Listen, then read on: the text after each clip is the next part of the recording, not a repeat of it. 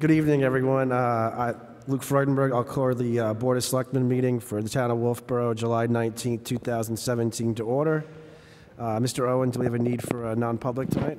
No, I have nothing for non-public. Excellent. We have the minutes dated July 5th, 2017 from a regular meeting. Board? Would you like a motion to accept them as written? I would love that. So moved. Second. Moved and seconded. Any further discussion from the board? Seeing none, all those in favor, aye? Aye. Opposed?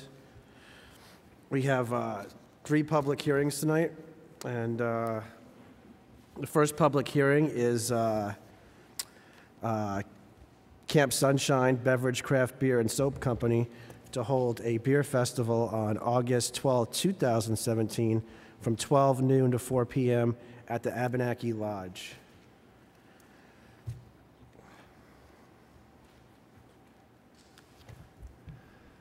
Yeah, I'll pass this. We've got beer fest coming up on the 12th.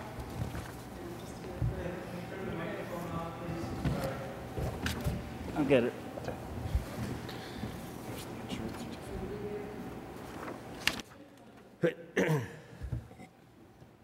Just explain a little bit about it from last year, the vendors you had, Yeah, just to so give an idea to the public, how many people showed up and different things you guys do there.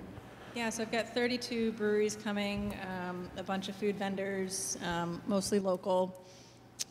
We had about 350 to 400 people show up last year as fest goers, and it's a benefit for Camp Sunshine, which is a camp in Maine for children with life-threatening illnesses and their families.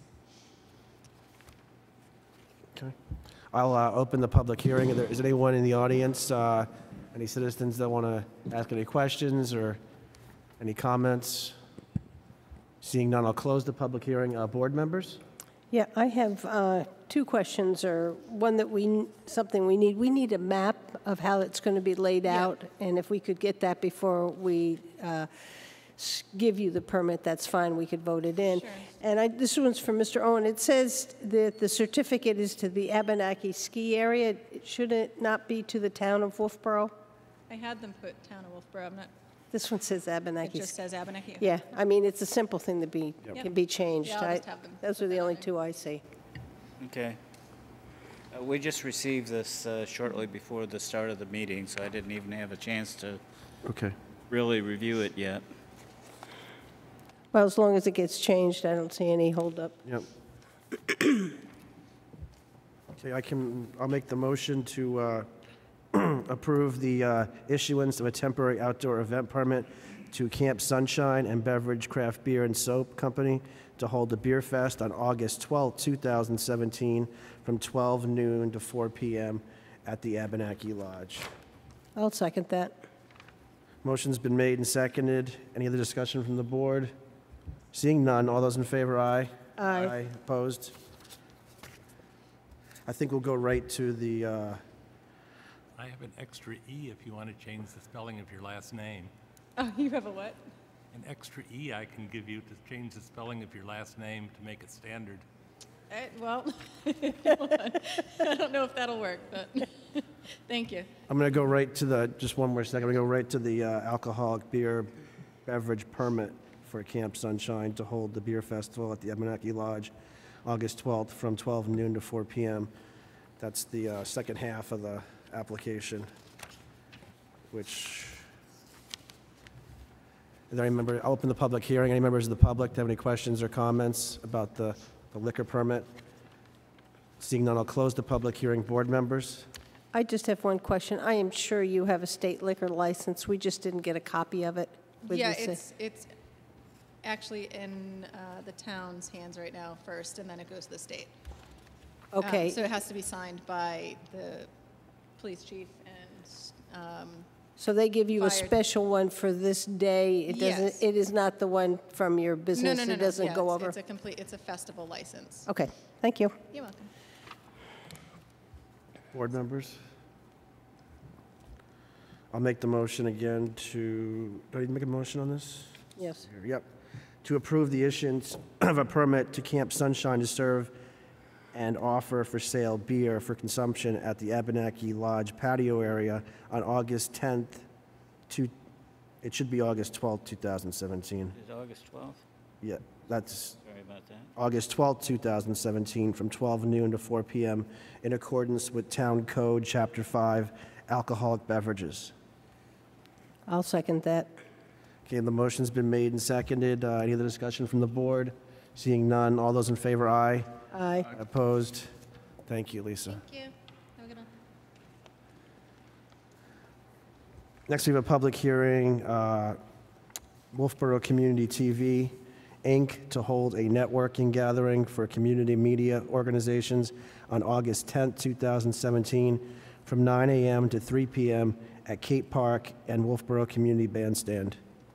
Hello, Timothy Goodwin, Wolfeboro Community Television Executive Director. We are part of an organization called New Hampshire Coalition for Community Media.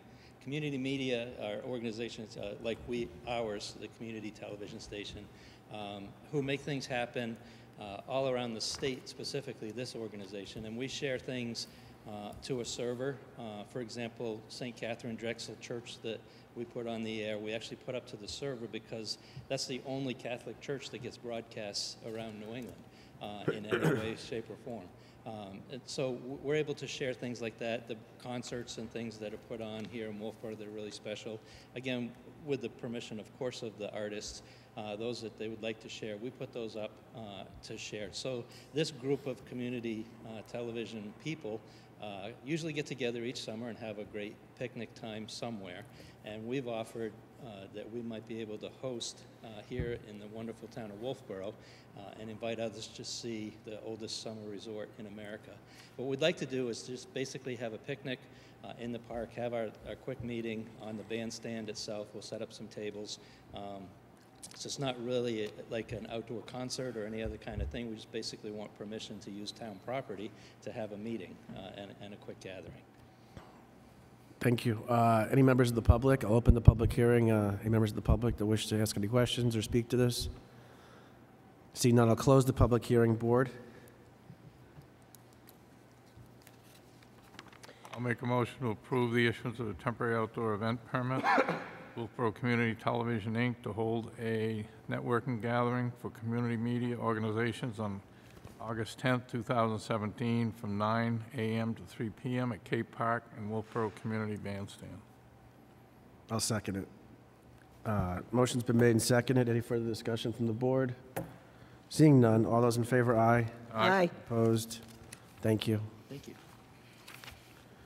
The bulk vote this week just includes 2 weekly manifests dated July 14th and July 21st. I'd entertain a motion to accept the bulk vote. So moved. Second. Second. Motion's been made and seconded. Any further discussion? Seeing none, all those in favor, aye. Aye. Opposed? Thank you.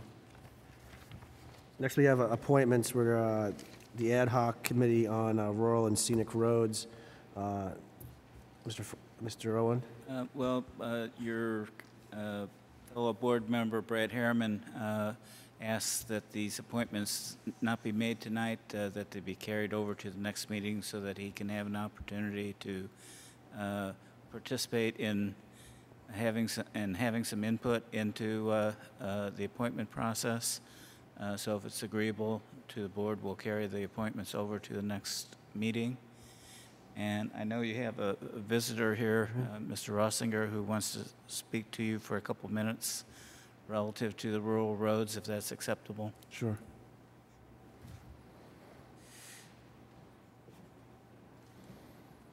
Good evening, Claude Rossinger, Wolfeboro, New Hampshire.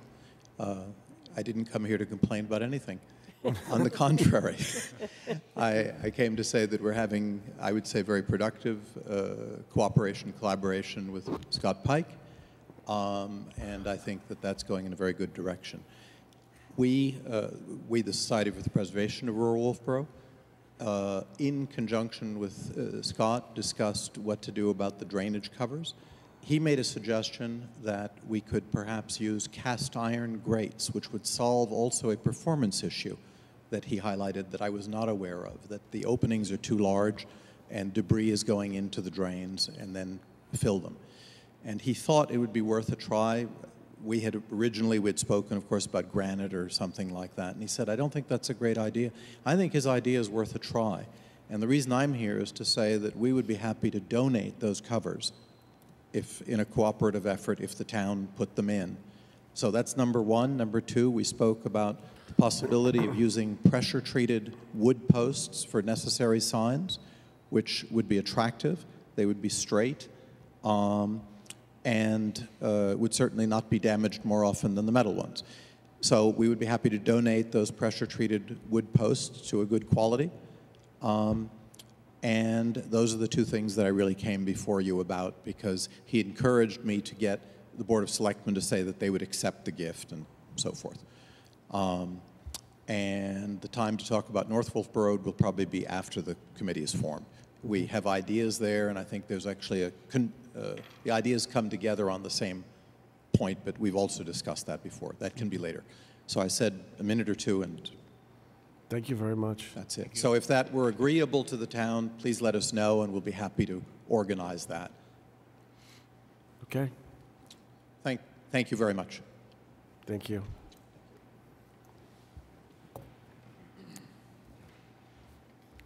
Next, we have new business, monthly budget expenditures.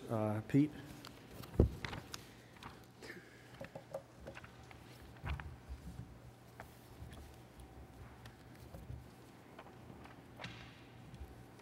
Good evening. Pete Chamberlain, Finance Director. The status, this being the 6 months of the year, midway, normally at this particular point of the time, you should be about 50% expended to date. The general fund is currently at about 46, the water fund at 44.3, electric fund at 44.4, sewer fund at 58.231, Pop Whalen at 33.5%, with an overall expended of 46%. Made my usual comments. I will say that there was one issue that Director Ford will be speaking to you about tonight regarding some repairs that could have some impact on my report. Are there any questions in the expenses? I have one. Sure. And since Mr. Ford is here, the 2016 asset management plan, there's been no expense, and I would like to know how we're moving along with that. It's my understanding it's this building in Abenaki.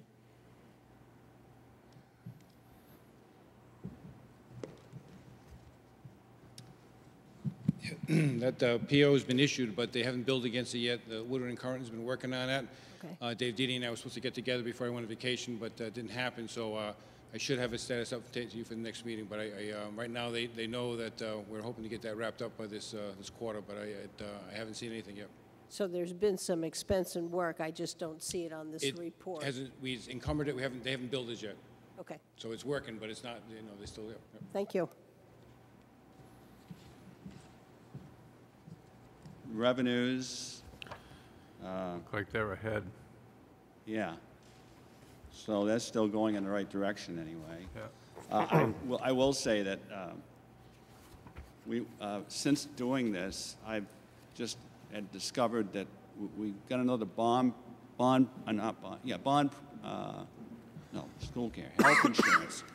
health insurance premium refund, which I believe is going to increase our revenue this year by around $42,000. But that isn't reflected in that. You never know really from one year to from the prior year to the current year if you're really going to get that money. So I don't budget it.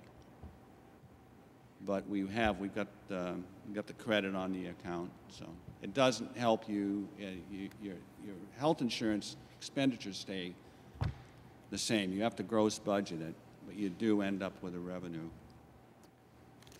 My other question is, we have a number of items for the Clark House, Cape Park stone wall, Clark House Museum engine, that it's carried over since 2015, and I still don't see any purchase orders or encumbrances on these projects, and I'd really like to see them get going, you know. I mean, that's, I'll pass that along.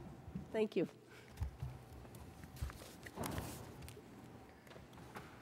Thank you. Thank you. Next, under new business, we have the 2016 financial audit report. Our town auditor, Tim Green, is here to present that. Good evening. I'm Tim Green, one of the partners of Robertson Green. We're out of Concord. We're your auditors, of course. I'm here to present our opinion on your financial statements for the year 2016. I'll go through the opinion and then just kind of briefly go through your financial report, hit the highlights, and then answer any questions that you hopefully have for me. First thing, just a little background. We can give you, as auditors, I can give you one of 4 opinions on your financial statements. I can give you an adverse opinion, I could give you a qualified opinion, I could give you an unqualified opinion, or I could disclaim an opinion. And on your financial statements, you have more than one opinion unit. So I'm actually giving you a separate opinion for each opinion unit. An example of an opinion unit would be your general fund, your government-wide statements, all your business type activities, which is all your utilities as a combination, and then each one individually. Those are all opinion units. So for 2016, I'm pleased to announce that you have an unqualified opinion across the board on all your opinion units, and that's been the case for since I've been here, which is a good accomplishment. My opinion means that from what we've seen and based on our testing, your financial statements are fairly presented in all material respects, and that's what you want to see, obviously. So that's the start of your financial report, the bound report that you've received tonight. You had previously received an electronic version.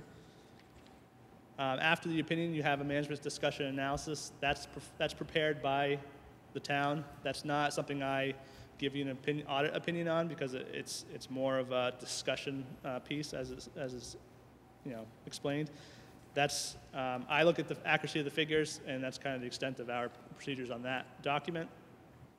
After your management's discussion analysis, it goes into your financial statements themselves. Just trying to be quick about the highlights. On Exhibit 1, that's your statement of net position. That is a town-wide capture of everything that's going on. You have 2 units there. You have governmental activities, and then you have business type activities. And as you expect, the business type activities are your utilities, water, sewer, electric, and your ice arena. And governmental activities are your governmental funds, as well as your full accrual items, such as capital assets and long-term debt. So at the bottom, you can see that the town's total net position for your governmental activities for the year ended December 31st, 2016, was $26,248,044. Your net position is broken down into multiple categories. So the bulk of which is your net investment in capital assets. Now that is your capital assets minus any debt required to obtain those capital assets. So you have a net investment in capital assets of $27,777,000. Another category is your restricted funds, your restricted position, excuse me. So you have, basically those are your endowment funds, as well as any other balances that are legally restricted by outside influences like the law or a grantor. And so your endowments, again, are your trust funds. You have non-expendable and expendable, as you can see, about a total of $1 million. And then you have other purposes, which is a combination of the library funds, which are segregated by law, as well as your balance in your capital projects, which represents unspent bond proceeds, which again, law dictates that those are set aside. After those 2 categories of net position, you're left with unrestricted, and you can see that that's actually a deficit, $3,672,542. The bulk of that, all of that really represents a couple unfunded liabilities, if you will, unfunded in quotes. You have your net pension liability, which is the town's proportionate share of the statewide liability, unfunded liability. So you can see the town's share is $8,473,000. And you have a couple other minor liabilities, such as compensated absences payable and other post-employment benefits payable. And both of those balances are also, I would say, You don't have a corresponding asset specifically tied to that like you do capital assets and debt, how those match. There is no real matching asset for your compensated absences unless you were to have a capital reserve fund dictated to that, which I don't believe you do. Also on this exhibit, you can see your business type activities. Same at the bottom of the page, your total net position for your business type activities is $29,073,535. That's split between your net investment in capital assets of $16,834,000 and your unrestricted balance of $12,239,000. A breakdown of your business type activities is found further back in Exhibit 8. That's your statement of net position. So that's a breakdown of the 4 funds that are your business type activities. So you can see the breakdown of that net position there. Exhibit 2, I'll just quickly highlight a couple things here. This is your statement of activities. Corresponds Exhibit 1 and Exhibit 2 are on the same accounting basis, full accrual. So you can see that in the governmental activities, you had a positive change in your total net position that I just went through of $1 million, almost $1.4 million increase.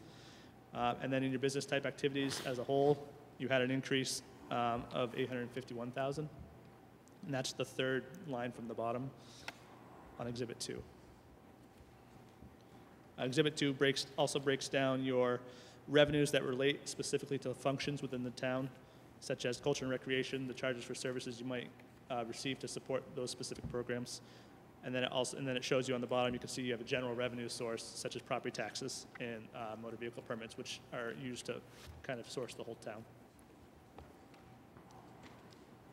The next exhibit is Exhibit 3. This is your governmental funds. This is your modified accrual basis, so we don't have any capital assets, we don't have long-term debt. This is based on current resources, and this is where your general fund shows up. You have a column for each opinion unit, each major opinion unit, and for 2016, your only major opinion unit was the general fund. Some years your capital projects fund might fall into that category, but this year they did not, and it's really a quantitative figure. It's based on total assets, total liabilities. So for your general fund, you can see that you had total assets, $12,413,448. You had total liabilities, $7,985,603. You had a deferred revenue representing the bulk of that represents property taxes that have been collected within 60 days from year end and therefore not a current resource. So that totals $627,957. And then you had a total fund balance, $3,799,888. That's fund balance is separated into 5 categories. Non-spendable, which represents a combination of prepaid items and tax-deeded property. Both of those are not it's not a resource that you have readily available, so it's considered non-spendable. You have restricted funds. Again, those generally are library funds. The library is for reporting purposes combined with the general fund. When it comes to your financial statements, it's obviously maintained separately throughout the year, and we audit it as a separate fund, but then for reporting purposes, it gets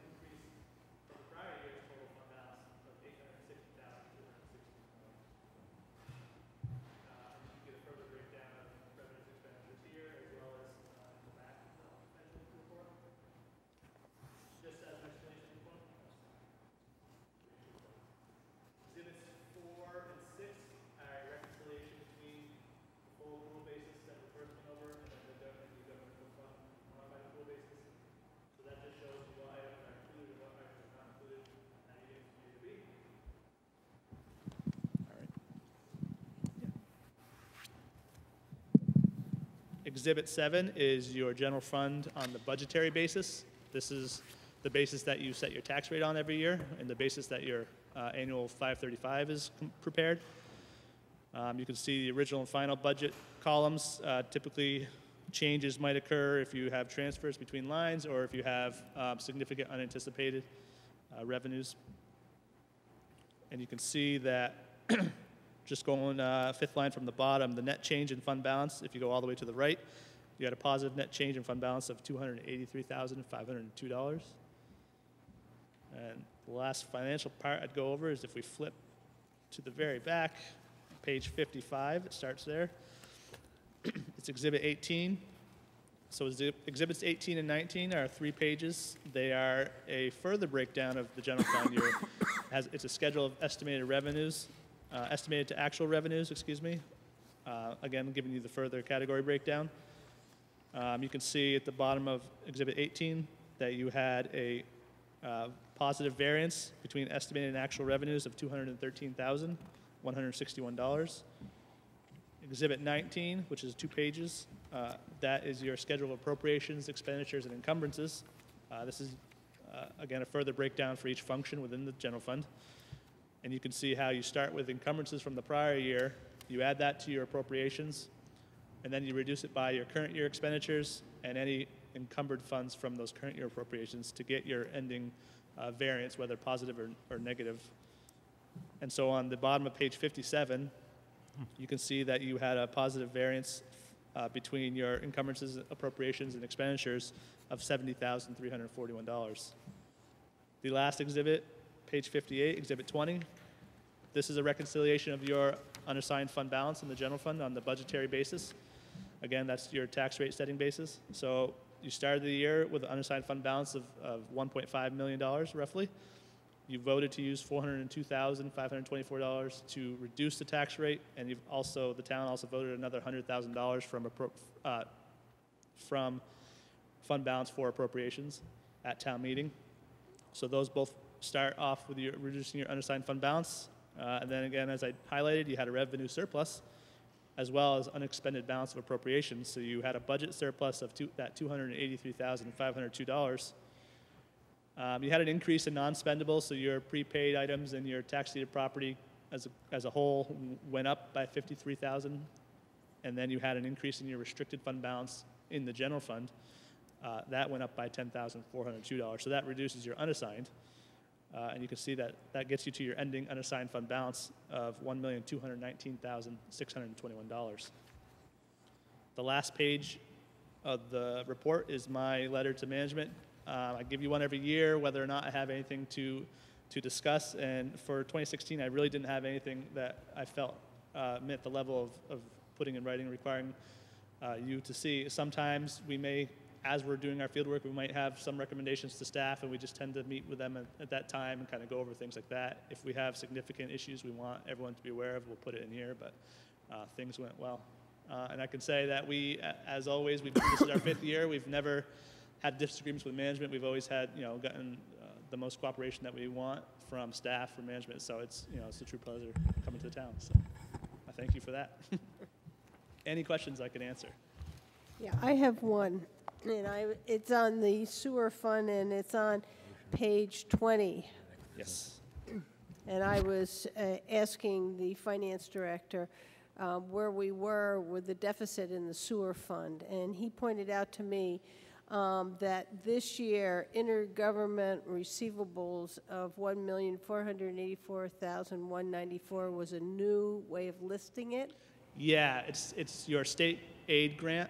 Now, yes. You've had that for a couple of years, I believe, before this year, before 2016. Those years, it was my understanding that it was up in the air as whether how solid of a commitment that is from the state that you were going to get that every year. They would pay us some years, they didn't pay us others. Right. So in 2016, it was my understanding that your finance director, in discussions with management, it was pretty clear that this town would be receiving this money, and therefore, in proper accounting terms, that principal portion, they give you principal, they give you interest. Mm-hmm. The principal portion is a revenue that the year that it's entitled, you're entitled to it, regardless of how they pay it out. So the whole thing gets booked that first year. Seems kind of strange. if it's a guaranteed revenue source, because it's not a current resource. Like if that was a grant coming into your general fund, you would record it as they pay it. Yeah. But because you're looking at full accrual, every revenue that you've earned, you book. You have to book now. Yeah. Okay, thank you for that. Sure. I have, of course, another question.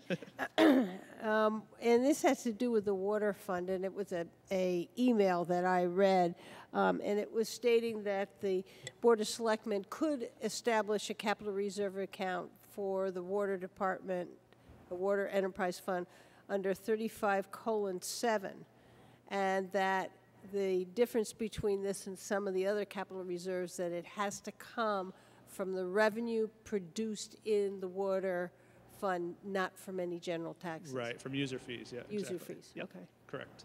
Right. I just want to make sure I had that correct. And in the water fund, are we receiving, or have we prior booked any money we were going to get for the state, such as our project on Center Street? We used to get like $54,000 paying a bond off when they did the water line on Center Street. I'm not sure about that one. I don't see it specifically. I'd have to. Well, I didn't see it either, that's Right. why. I'd have to discuss Okay. that with your finance director. All right. Those are my questions.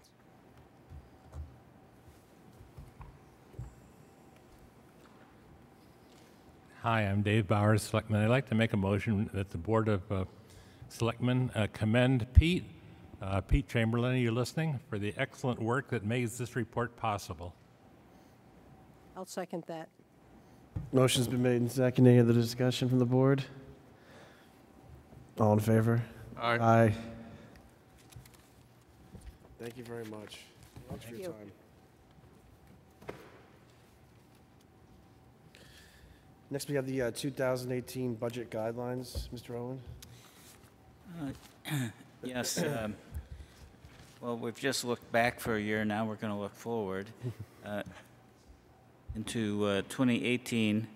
And in my budget guidelines memo, I outlined for you a number of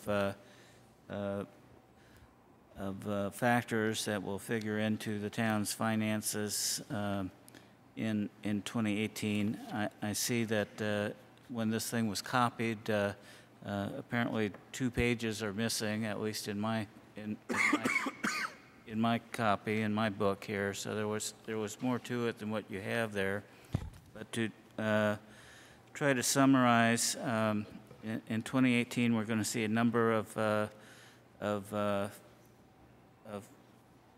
financial occurrences that are going to affect the town's finances. The first is state retirement contribution increases will take full effect. The first year was this year, that half the year the new state retirement rates went into effect, and next year in 2018, the second half of those impacts will take place.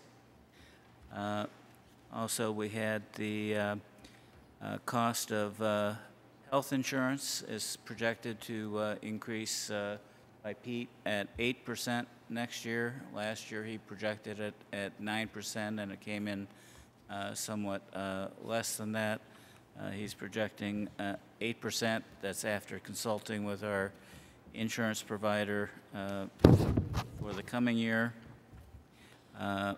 We have those cap agreements on the cost of our liability and workers' compensation insurance, but they can still rise up to the cap, which is 9% and 10% respectively.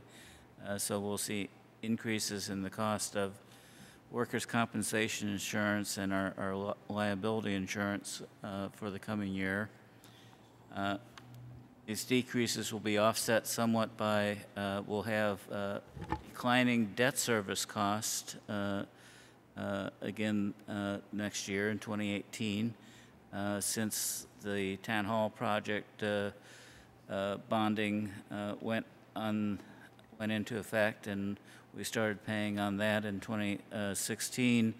Our debt service costs have been declining for the last couple of years, and next year our debt service costs are projected to declined by about $92,500. So that's one area where we'll be saving some money. Collective bargaining costs are already known and set for 2018 at around 3% with the union employees, and the non-union employees will expect equitable treatment.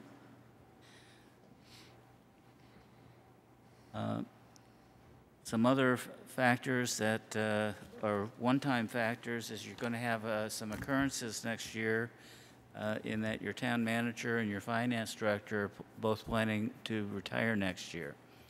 So you're going to have to plan for,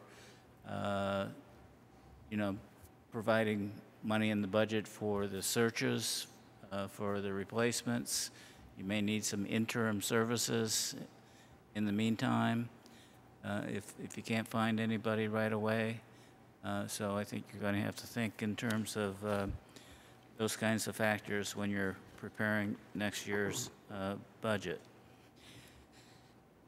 Now, last year, of course, we had the 0% budget guideline, and we still ended up with a 6.2% overall tax increase, despite our best efforts to hold things down. So I am again proposing the 0% budget guideline for 2018, with the usual stipulations that if there is something that a department head strongly feels needs to be brought forward, that they have the option of doing that by submitting a supplemental request for the selectmen and ultimately the budget committee to decide whether those items can fit in the budget or not. And that's about all I have. I would ask that the board approve the budget guidelines for 2018, unless you have any questions. Mr. Owen, can you get us a copy that has all the pages? Yes. It would be nice. Yeah, well, I didn't realize that until I'm sitting here reading it. I'm going, well, something's missing here. And How many pages are there totally? I think there were 6 pages. You're missing 2. Yeah, I think so. missing 4. In the back, it says capital outlay requests must be accommodated by a cost-benefit analysis form. I don't think the board received those last year's. I think they just went to the budget committee. And Yeah, that's something that the budget committee has stipulated. I would like to see it in the selectmen's book also. Okay.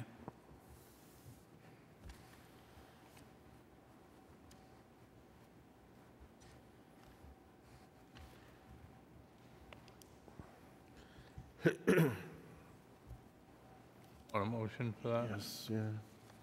I'll make a motion to approve the 2018 budget guidelines as presented by the town manager, as long as we get the other pages. Okay. I'll second that, as long as we get the other pages. Motion's made and seconded. Any further discussion? Seeing none, all in favor, aye. Aye. Opposed? Okay. Thank you. Next, we have a library building project update.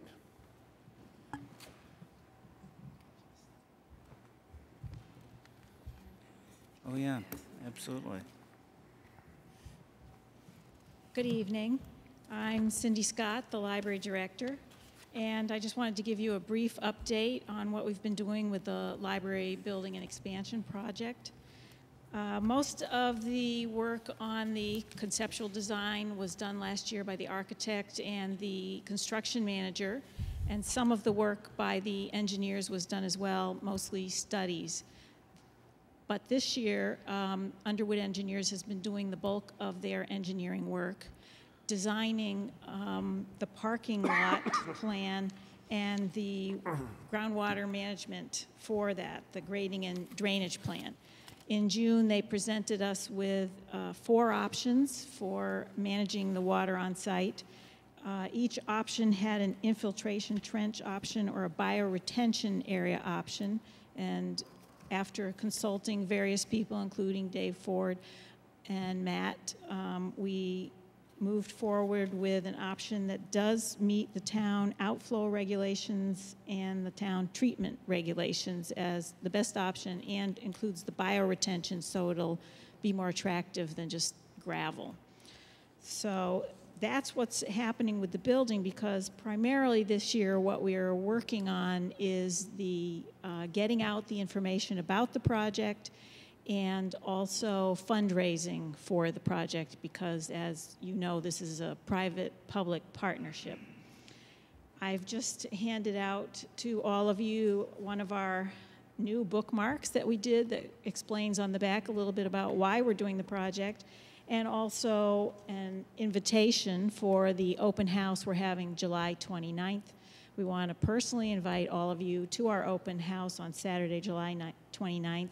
We are going to be having 2 presentations by the architect at 10 and 1, and tours of the building, so people can see the part of the building that they've never seen before, which is an eye-opener. And we're also going to have an ice cream social from 1 to 3, children's crafts, and various events, an opportunity to meet all of the foundation board members, the friends of the library, and the trustees, and to see some of the services that we provide at the library. So we hope you will all come, and that the members of the community will also come on the 29th. Any questions about anything to do with our project? Board? Thank you. Thank you. I can make a comment. I'd like to invite members of the public to sometime go to the Wolfeboro Public Library and immerse yourself on a weekday or whatever. Tom Beeler and I did this unexpectedly a few weeks ago, and it was actually like Grand Central Station in terms of activity. Very, very impressive, and I think seeing it is better than just hearing about it. Thanks, Dave. Next, we have the water and sewer rates update. Mr. Ford.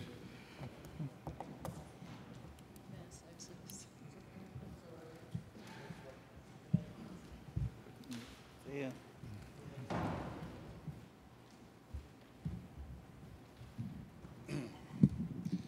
Hello, I'm Dave Ford, Public Works.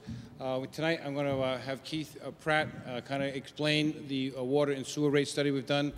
This goes in conjunction with the asset management plan, which we presented about a month or so ago, and talked about the need to fund that. And now this is the part where the rates come in, what impact the rates will have, as well as other aspects which we've been talking about. So with that, I'm going to turn it over to Keith. Hi, good evening. Keith Pratt, President of Underwood Engineers, and I've been working with Dave here for a few years on your rates. So tonight I'll present the latest report that we just completed this last couple of weeks. And I think the presentation on this asset management was actually in May, so it was time does fly. Oh yes, sorry. Yes, there's copies there. Dave's passing out a copy of the PowerPoint presentation. This report was just issued probably a week or so ago. The last time we did a significant update for you on the rates is in August of 14. So it's really been about 3 years since we took a hard look at the rates. The goals of this one, I said it would go, there it goes. The goals of this one was to, again, maintain rates to match your expenses. And so the revenues match those expenses, and provide rate adjustment recommendations. So we're always looking at that. One of the things we were asked specifically again to look at this year is how rate impacts might result from reductions of hydrant fees. We've talked a little bit about that in the past, whether the general fund resources, particularly on the water side, are reduced. And then, as Dave mentioned, how are we going to develop strategies for long and short-term rate adjustments to support the recently completed asset management plan? So really, this was the 4 cornerstones of this rate study. Okay. Just as a refresher, the asset management plan presentation you saw back in May, I have 4 slides that I just pulled out from that. And this is a 120-year projection of asset renewal. And what this is identifies, based on the design life of your asset, when it would need to be replaced. Really, the take-home message here is we kind of have 2 windows. We have about a 60-year window here, and then we have another 60-year window here. and we have 3 times the asset renewal needs in the latter 60 years. Now, it sounds like a long time from now, and it is, but we're really starting to look and think about those things. So the message here is that you've got asset renewals in the next 60 years, but there's a real big block of asset needs coming up in the 2070s timeframe. The recommendations from, I'm just wondering if that laptop needs to be turned so it reaches the,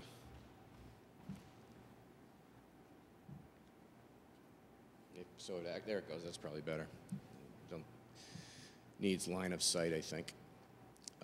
So this is what that graphic showed you, is that over the 120-year period, there was the first 0 to 60 years, you needed about $500,000 a year if you were to fund 100% of those asset needs. Planning period number 2, the following 60 years, you needed about $1.5 million per year to fund those asset needs. That would be starting today.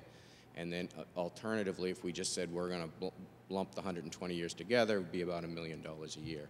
That's important because we looked at that as we were working on the rates. The plans that were recommended in the report was making note of certain things, like certain part of the asset management plans you're already funding. You do have some capital funding line items in your budget. There's been some discussions about starting a water system capital reserve fund. I think I heard that mentioned again tonight. Some of the near-term projects could be accomplished with the water department fund balance until debt service falls off. We're going to talk a little bit more about that. As the debt does fall off, those surpluses or those revenues that aren't being put towards operations anymore could go towards those asset management plans. Other thoughts were we could delay projects. You know, maybe the design life is 100 years, but you can actually get another 10 or 20 out of it, especially if it's not a critical asset, or you could bond projects. This thing is having trouble.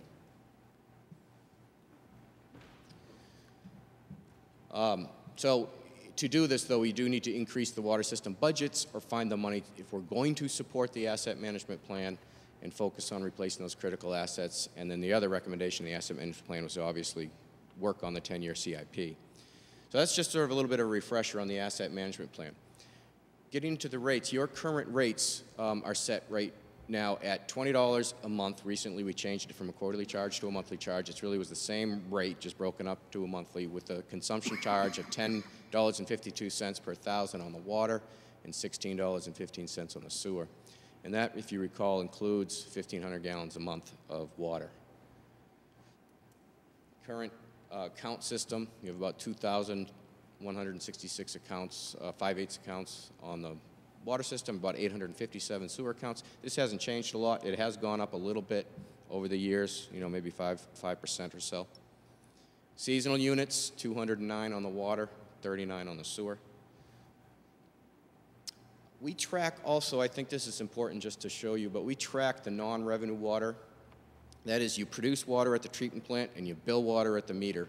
And the amount of water in between is either lost, unaccounted for, or used for non-billing purposes. It's actually at around 26%, averaging right now for the last couple of years, which we're noting is a 23% reduction. So we think that the efforts that have been taking place, although they may seem modest, I think are quite significant. So that's a pretty good reduction. Same with the I&I. It's high still. It's about 40%, but we have seen a 13% decrease from our 2012 estimates. This is the same information shown graphically. This is on the water department. The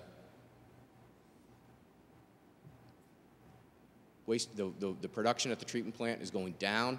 Your consumption is going down slightly, but at a much lesser rate, and the difference in between is your non-revenue water. Same thing for the sewer, treatment at the wastewater treatment plant, and the water you bill. So you see that trend. That's a good trend. It's a reduction in I&I. Okay, as we were projecting rates, we had to make certain budget assumptions. We were given the 2017 budget from the town. From that, we projected expenses going forward at a 2% increase per year, starting in 2018, with the exception of certain line items like legal, contract ops, debt service. They were adjusted just per the budget needs. This is a summary of some of those things too, what those consultants, legal, capital outlay, what we carried in the budget projections for this rate model. capital reserve by the CIP. In the general fund revenue, which we'll talk a little bit more about, on the water side, we carried the $300,000 that was in the 2017 budget as revenue. Going forward, we used in the model right now 20% of the total budget for 2018, which I'll show you a little bit later is a little bit higher. On the sewer side, on the sewer fund, you'll remember that the certain line items are paid already by the general fund, and those are legal, principal and interest, capital outlay, and capital reserve. We made a note in the report because it was asked of us, what do you need for a fund balance? This is a recommendation just for emergencies. This really has nothing to do with capital needs, capital plans, and your asset management plan. This is just, you know, your emergency type fund, and a lot of communities do ask us that, and so we're suggesting maybe a minimum of 5 months operating costs in your reserves or your fund balance, which I do believe you have now. And there is some new debt that we've carried in the model. The budgets are made up of the O&M, two major components, the operating expenses and the debt service, and then you get the total right here. You can see a trend downwards, bumps up a little bit and then starts coming down. We see about a $60,000 drop in our projections for the water department budget over the next 5 years. That's all while the O&M's going up. So we see an increase in O&M, but the real reason why we're seeing a total decrease is that we're starting to see significant drops in your debt service. And it's the same on the sewer department. The O&M budget, the O&M needs are going up, but we are seeing a drop in the debt service, so we're seeing an overall trend downward in your sewer budget projections that we are making. This puts, I think, us in a pretty unique position, so we have an opportunity here to use maybe these resources as a way to fund the asset management plan. So we're going to talk a little bit about that. The general fund offsets in the model. Right now, this is what was historically done for the water department for fire protection services, $345,000 in 15 and 16, and $300,000 in 17. These are what we've carried in the model going forward. So we were recommending or looking at a little bit higher. We will talk later on what the impact is if we reduce that. And on the sewer department, these offsets are those line items that we were talking about, primarily debt service and capital outlays. So on the fire protection, we had written the town a memo a while ago, and I'll just summarize it here, but we do note that the only general fund offset for the water department comes in the form of fire protection charges right now.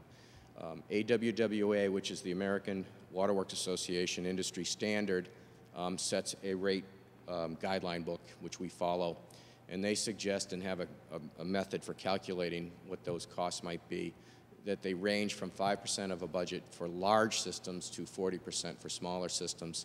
When we calculated it based on the size of Wolfeboro's system, we calculated it to be in the range of 24 to 33%.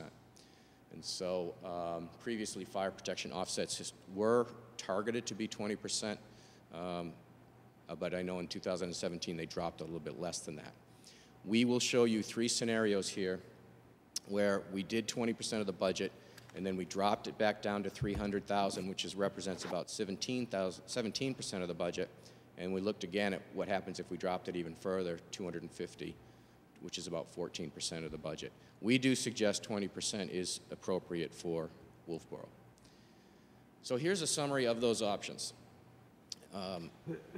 If we do no rate increase right now, and and this is on the water fund, we can maintain the 20% general fund contribution. After 5 years, we'd see a fund balance of about 1.1.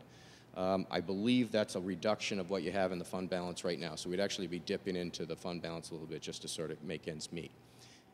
I'm going to show you a slide on the end here, what this means, percent of the asset management funded. This is a 10-year projection. It's a little further than we normally project, but because of the unique position we are here in Wolfeboro with the debt falling off, we wanted to see what would happen in 10 years towards funding the asset management plan. And we noticed that as the debt falls off, if we kept our revenues the same, we'd be funding about 50% of the asset management needs. Option B, is a 2% per year rate increase. And what we did there is we said that's basically to match the operating expense. Let's set the rates to match our operating needs. And then maintain a 20% general fund contribution And then we found that the balance of after some ins and outs in your capital reserves and your capital needs, we had a fund balance of about 1.5, which basically matches about what you have right now. And if those revenues were maintained after 10 years, we'd be funding about 88% of your asset management needs. Option C and D basically generate the same amount of revenue as option B. The only difference here, to show the impact if we reduce this general fund contribution on the water from 20% to 300 or from 300 to 250, we would need a one-time rate hit of 6% in 2018 to basically offset that loss in revenue, or in this case, we'd need a 10% rate increase to offset that $100,000 loss and then maintain that 2% per year. We would still be in the same general vicinity of the balance in our surplus or our fund balance, and we'd still be in the same vicinity of our asset management funding. I'm hoping, let's see, there's one more slide here. So this is generally what would happen if we had no rate increases. We do run in the red on the water for a little bit, and we do then start falling out of it with the debt service on the sewer department. I want to point out here, too, that we do not have a capital plan done. That's in process. So we are seeing a operating expenses increase without capital needs. So we are seeing that a rate increase will be needed there. And that's even before we look at the capital plan. But knowing that the capital plan might be funded by the general fund anyway, the rate increases for sewer would match what's needed for operating.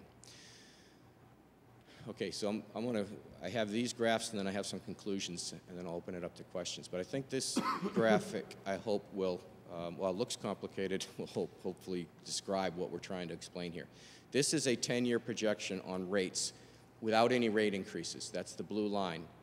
We're just basically flat. This is our debt service falling off pretty significantly.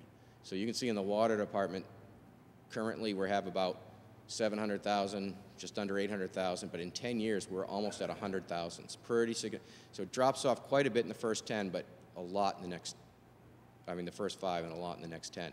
We are showing operating costs going up. That's that 2% a year. So in the net result is that we see the expenses basically dropping. This little gap here is what we think you're already funding for your asset management plan. And this green highlighted area is what we're projecting is going towards the asset management plan in total, what you're doing now, and if we maintain revenues, what you could be doing. And that would generate about $2.8 million over the next 10 years, which is about 25% of the asset management needs. So that's if we don't do any rate increases. But if we maintain the rate increases at about 2% to match our operating expenses, so you can see our revenue slope is about the same as our operating slope.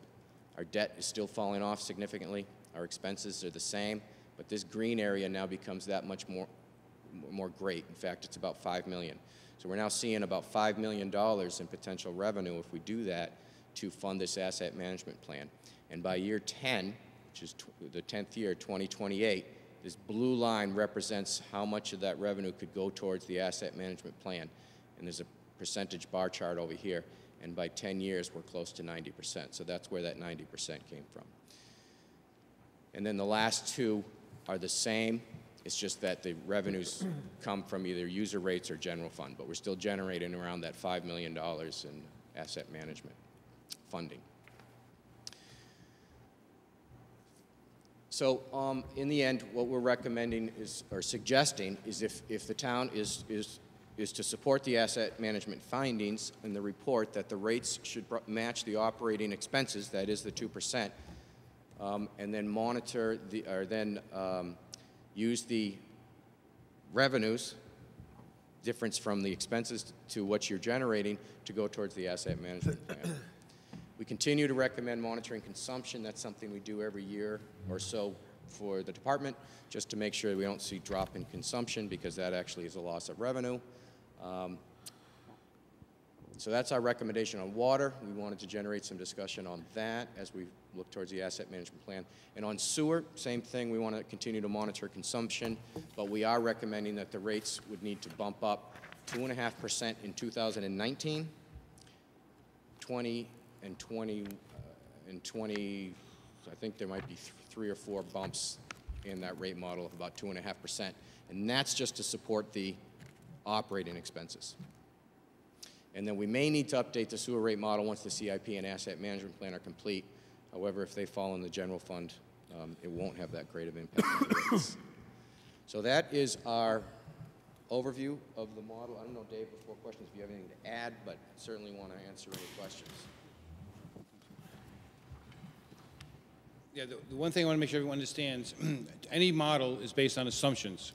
So we take past practices, and really what we're trying to do is the funding of the asset management plan. What he says also, one of the things that's built into the model is right now on the water side, we've been using capital outlay to fund our projects between $10,000 and $100,000.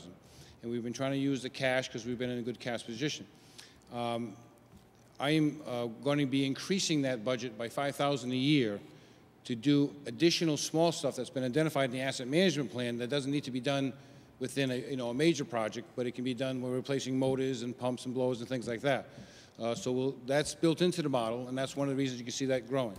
The other thing we're looking at, even though the asset management said that we should start replacing some big projects right away, I'm relatively confident that because of our pretty good preventative maintenance, and we can extend the useful life of some of these assets, some being the water pipe that was installed in 1890 in South Main Street. We have a good, about 2 miles of pipe that has to get replaced.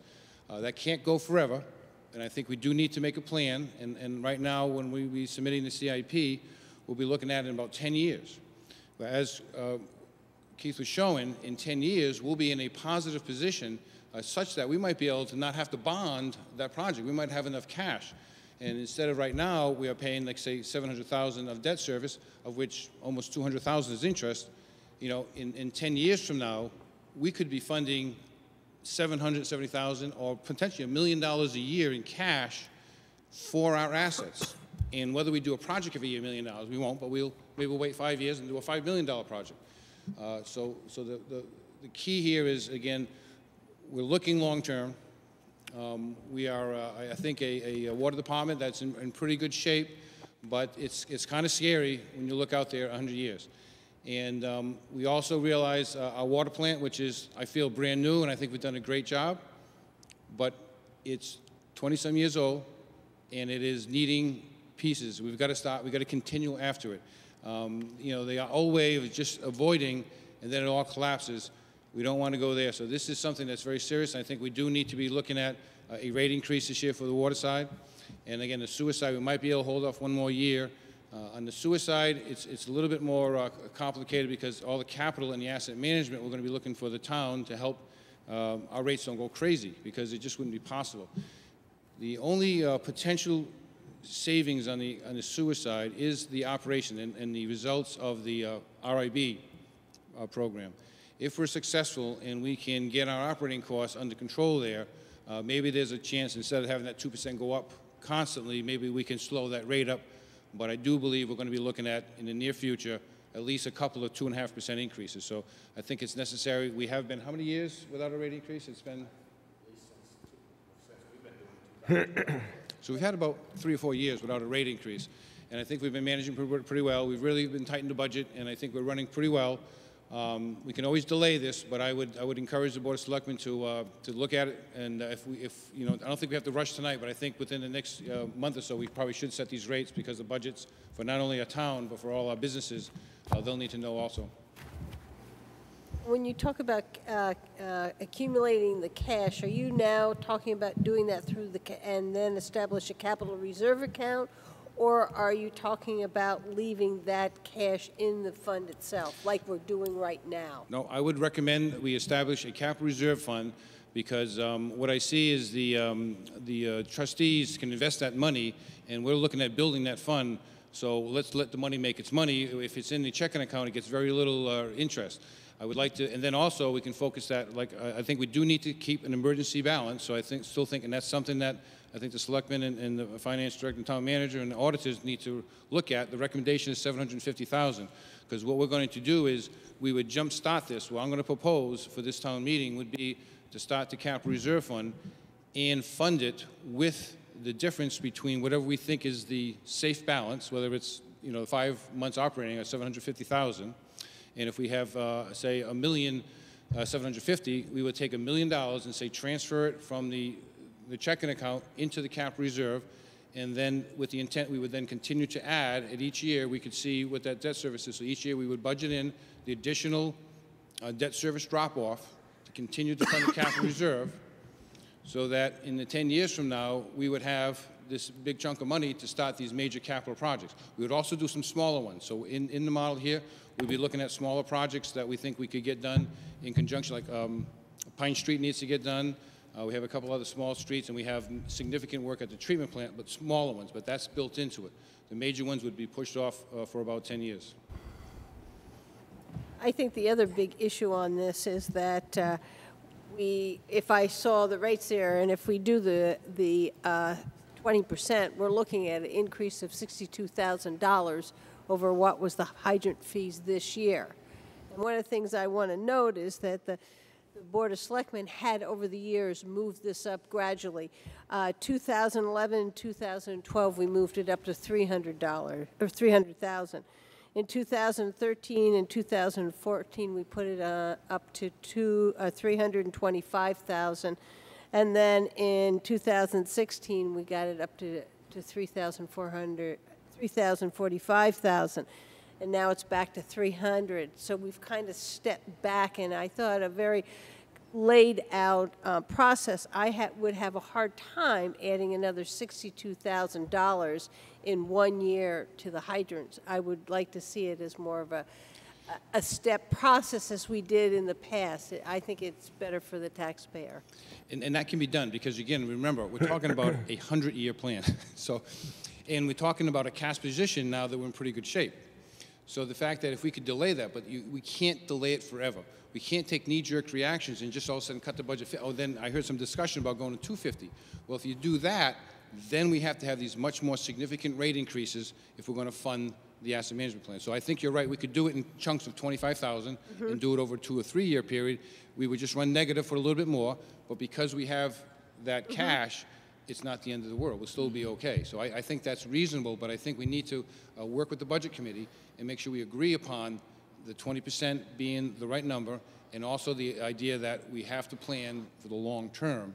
And if they're not going to be, we can't every year be changing this, because we're then going to have to start knee-jerk reaction with the rates, and we really don't want to do that. We've been trying to stabilize those rates, which I think we've done a pretty good job at. Yeah, because for a while when you first came, we had huge increases in rates, and we did conservation, and then we had lower usage, and we had to do it again, and we really have been able to hold it down for our business community and our residents, those kind of hikes. So I give your department a lot of credit for that.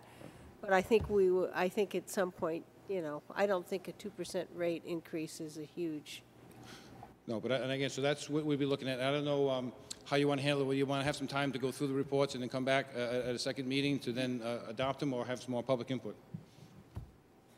Yes, Mr. Chairman. Of course, like Mrs. Murray was saying, a lot depends on the Budget Committee. And the Budget Committee is scheduled to meet on August the 2nd, I believe. Is that not the right date? The 9th, okay. They have an upcoming meeting anyway, and I've been in touch with the chairman and the members of the Budget Committee, and they know this issue is coming back into their bailiwick, and we will have some discussions with them and see how they would like to proceed, because as you saw, if it's left at the $300,000 level where it's at, it calls for a larger increase, like 6%. Basically, if I understood it right, the $45,000 that was cut equals about a 4%. Yeah, I used 50,000, it's about 4%. Yes. Yeah, so if they agree to help move it back up, then maybe we don't have to add that additional 4% and just go with the 2% increase. So we'll be having some discussions, I believe, right? Good. I'm looking at the members of the committee that are here. Any other questions about the sewer side of the water? And so what we'll do then is think about it for a little bit, and we'll bring it back at the, because we do need to get the public notified and make the official rate increase for next year. Okay. Great. Thank you very much. Thank you. Good discussion on the water quality testing at Warren Sands Road, Mr. Don't go, Dave. If I may, well, Mr. Ford is still here also to bring up another issue relative to sewers, and that is that we had a sewer backup here in this building today, and David's been trying to figure out what happened and what needs to be done, and hopefully he can update the board here. Well, this goes to running your assets beyond their useful life. While we did a wonderful job with this building, one of the things we didn't do was replace probably the most important pipe, which is the sewer pipe. And we have all new piping which goes into the basement, but when it hits the slab, it's a steel pipe that was heading out. And the steel pipe had corroded and collapsed, it then potentially could have gone downstream and plugged our outlet. So we have a pretty significant problem. We had the water crew in, and we were able to get it open. So I think we can keep the building open for a while. And it's, but we think the pipe is not worthy of repair. So we need to replace it. I've got a plumber coming in tomorrow morning. We're going to look at all the sewage and water is really on the first floor down. And the plumbing was easy for us to tie into the basement when they did the renovations versus lifting up and putting a new run in. We did look at it with Dave and Corey and Matt today, and with the plumber tomorrow. So we're going to be shooting grades and making sure. So we'll run a whole new sewer and be able to tie it into the Union Street sewer. So we will have to run a good length of pipe inside, core through a couple of interior walls and an exterior wall, and then put in a new sewer service from the side of the building to the Union Street sewer. In addition, the potential of our foundation drain could have also been damaged either by this or by potential construction across the street. I don't know if you remember, but the water in the basement we had during, prior to construction, which there is a foundation drain that's about 11 feet deep as it exits on the corner of South Main and Union Street. We believe it was damaged on a water project back in the about 8 or 9 years ago, which then created the backup water in the basement. We had sump pumps. During the construction of this, we were able to find the problem, get the pipe open, and we, again, we're relying on a piece of pipe that was installed probably in the 1890s. So one or two things have happened, either when the pipe collapsed here and it might have gone downstream and plugged that line, or when they were excavating for the big tanks, they could have shaken the ground when they were compacting. Dave Owen was recalling in his office that he was shaking there. So these are clay pipes that could have jiggled. Right now, they are still draining, but I don't believe we should try to find it and fix it because it's so deep and so old.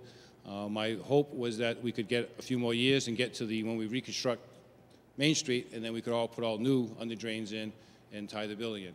I think the best solution for the foundation drain would be to dig an interior sump pump in the low corner on the South Main Union Street side of the building and put a sump pump in there so that we could then pump it into the drainage system.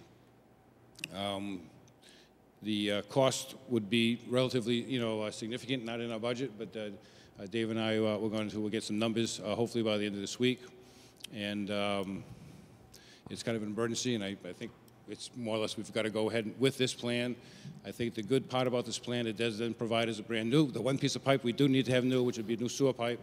And then instead of the foundation drain being tied into an old 125-year-old pipe, we'll have a new positive system that we can keep an eye on and know for certain that we won't have any more water in the basement. Any questions on that one? Great. So that was what we did today. Instead of working on my CIPs, I was working on that one today. So that was a fun project. So we're all set on that? Yeah, and so if you could stick around for this next item also. Sure. The next item is about the Warren Sands Road property and whether the board wants to do any water quality testing out there. The cleanup of the property is proceeding. It's scheduled to be completed this Friday, I gather, after which they plan on leaving some fans out there over the weekend, and then they're going to come and collect the fans, and they'll be all done. We have scheduled a final inspection for both the town's inspectional staff and DES. They'll be sending 2 people on Friday morning to do the inspection. Mr. Senecal was out there today, and he could perhaps report on current conditions out there if he wishes to do that. Well, it's certainly better than the first time I went out there. Mm-hmm. They've hauled off approximately 4 40-yard dumpsters full of trash. Hardwood floors are all up, carpets and pads are all gone. They've cut all the sheetrock up about 5 feet, removed it, all the outside walls, all the insulation. They were starting to clean the windows and windowsills and stuff today. Those girls have got a chore ahead of them, believe me. It does smell better there, certainly. They've got disinfectants. They've sprayed everywhere. But they're still a little ways, in my opinion, away from being completely done. But certainly Friday, they're going to wrap up and put negative pressure in the building over the weekend. And then the final inspection would be Monday by somebody, whether it be us or DES or whatever. But all the exterior is cleaned up and hauled. All that stuff was put in lined containers with 6 mil poly. The stuff that's out there now in the containers is mostly light fixtures, that type of thing. The kennels themselves outside have not been cleaned or mowed or anything. Materials that were in there have been picked up and hauled off. But the inside, certainly much better than what I saw. The bathrooms and stuff are all tiled, so they're just washing those. The floors are all tiled. Couldn't get in the basement because the other day when I was there, they were still hauling stuff out with suits and stuff on out of the basement. So I would assume that on Friday we will get a tour of the basement and the second floor. But they probably had a crew of about 10 or 11 people there today working. We did negotiate an agreement with the property owner that allows the town access to the parcel to do water quality testing if we wish to do that. However, I think it's the opinion of Mr. Ford and the staff from DES that they don't see much of a need to do water quality testing out there. Yeah, I don't know if you saw the DES report, which indicated that they thought there was no environmental threat from what they saw, and then they did do some testing at the outlet of the.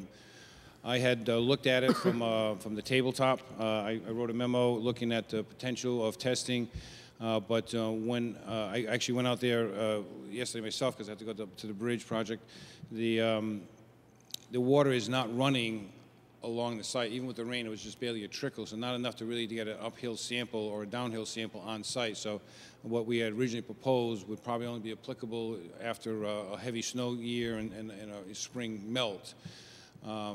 But I think from what the DES says and from what I could observe, there seems to be plenty of open area without any direct cost to the wetlands. We had asked about doing some additional surface water testing, and I was trying to figure out how I would get to take these samples without having to get in that mass landing and ride a broke across the lake. So I guess if you go all the way out to the end, it's a private property, but it looks like we could probably snake a kayak or a canoe in and be able to get upriver. You probably know the area pretty well. Yeah, you can. You know, I have spent a lot of time, I've walked the property. I have talked to a number of people about the benefits of testing and what we would get as results. As far as the viruses or bacteria, I would talk to somebody who said that because it is the summertime and after 5 days that bacteria and viruses would be killed in the sunlight. So that was one of the things I was concerned about, Giardia. So I feel comfortable about that. I have also worked the site. When we walked, there was no water running anywheres. And DES said that the groundwater table, which was the other thing I was worried about, is 8 feet down, that the soil, which is sandy, is a natural filter, and it seems like the site is okay from what I can see. Now, whether it makes sense some point to go in and test Warren Sands, from what I'm gathering, nothing's going to get down there. So I was one who wanted all these testing. But when I probably talked to 5 or 6 people, and the answer is no. And on the site, if you have a contaminant and you're worried about surface water, the first thing you do is you get rid of it. We just did that. So I think we've taken very positive step. I think Dave Senecal being out there and knowing that they're cleaning up and the chemicals aren't outside the building and are going on to trucks. I feel comfortable at this point, unless something else shows up, that it would be a waste of money on our part to. I think so too. I agree with that. Yep. Okay. Okay. Does everybody agree? No need to do water quality testing? The meeting down there on Friday is at 9 o'clock, so if anybody, I think I'm going to pick you up and probably Corey and Matt, Okay. or whatever. I'm going to be in Indiana, so I think we I were don't think gonna. you'll make that one then. no. I think we were gonna leave from the police station. For me. Not at the police I think we station. were gonna leave from the police station. Okay, I can meet there. This DEP folks are coming to the police station.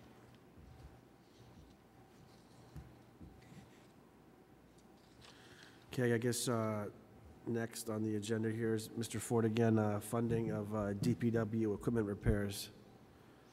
Right, yeah, we've had some pretty significant repairs, and normally we do have a significant line item for repairs of our equipment. We have high-maintenance vehicles, and it's not unusual to have significant repairs, but we hit with 3 major ones this spring.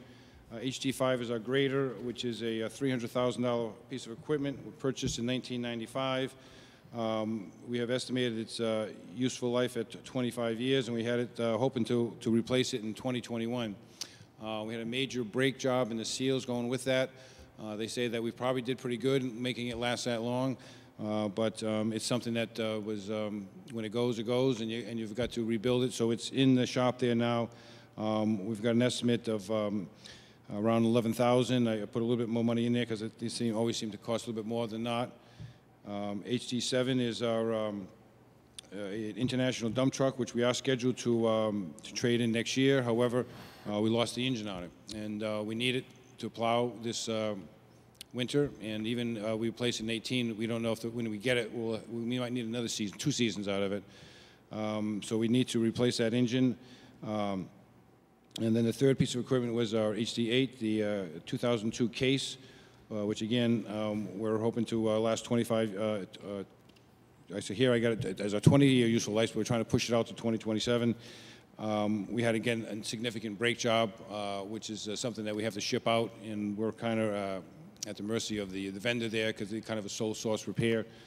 So the total bill being a $31,000, I had made the request to where our capital reserve fund is actually in pretty good shape, and as I've used it in the past for other significant equipment issues, I was hoping to do that again this year. But Dave, I think you want to respond to what you did? Well, yes, I had shared with Mr. Ford a copy of the original warrant article which authorized this capital reserve fund at the 1996 town meeting, which says that this capital reserve fund is intended for the purpose of purchasing vehicles and equipment for the highway and solid waste divisions of Public Works. So I don't believe it can be used for repairs. Agree with you. I might argue that we're just putting new equipment in old equipment, so maybe we are just buying equipment to install the new brakes or equipment. You can't run a grader without the brakes. You can't run the truck without the engine. But that might be a very liberal interpretation, but I'll defer to your. Is this what you had just said, that HD5, the grader? Yep. It's $11,500 for brakes? It's the seals and the whole back end, yep. Seals and brakes? Yep. Axle seals, you mean? You're going to have to talk to Ed about all the details. I got to be honest with you, I'm not the... I'm just curious, and the same with The loader. HC7, the truck? No, the truck is the engine, the loader... Needs a new engine? We're doing Completely new engine? Rebuilt, yeah. And the same with the case loader, it needs brakes? Case was the rear end. Rear end? Yep. And brakes.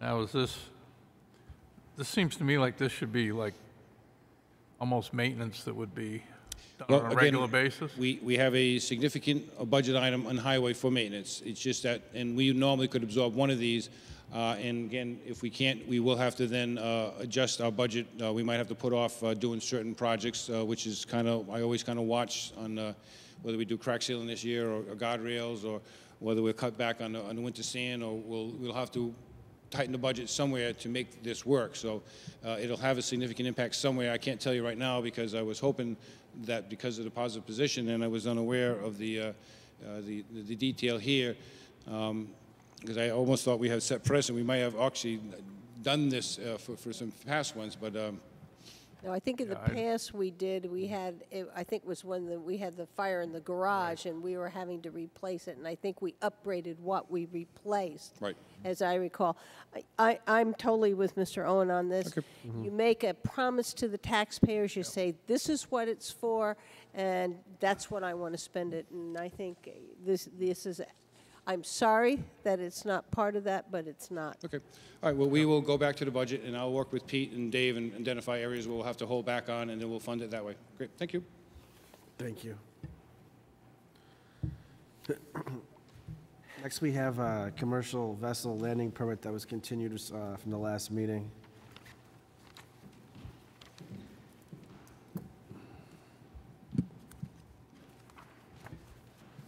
Good evening. I'm Sharon Wells, and I'm requesting a commercial vessel usage in the town of Wolfeboro docks for a 1964 Lyman Islander 28-foot wooden antique boat with a flybridge and a new paint job. The mission is to create recreation on Lake Winnipesaukee and around the lake, hiking islands, biking scenic shores, fishing, and scenic cruises as well. The insurance is $2 million, and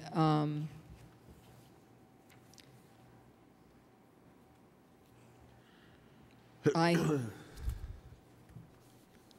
have been providing outdoor fitness programs for communities in the Lakes region around Lake Winnipesaukee for the last 12 years, and have served on the Governor's Council, the President's Council for Physical Fitness and Activity for the state of New Hampshire under Governor Lynch, and am passionate about bringing outdoor recreation and health and activity to the state of New Hampshire. Board members?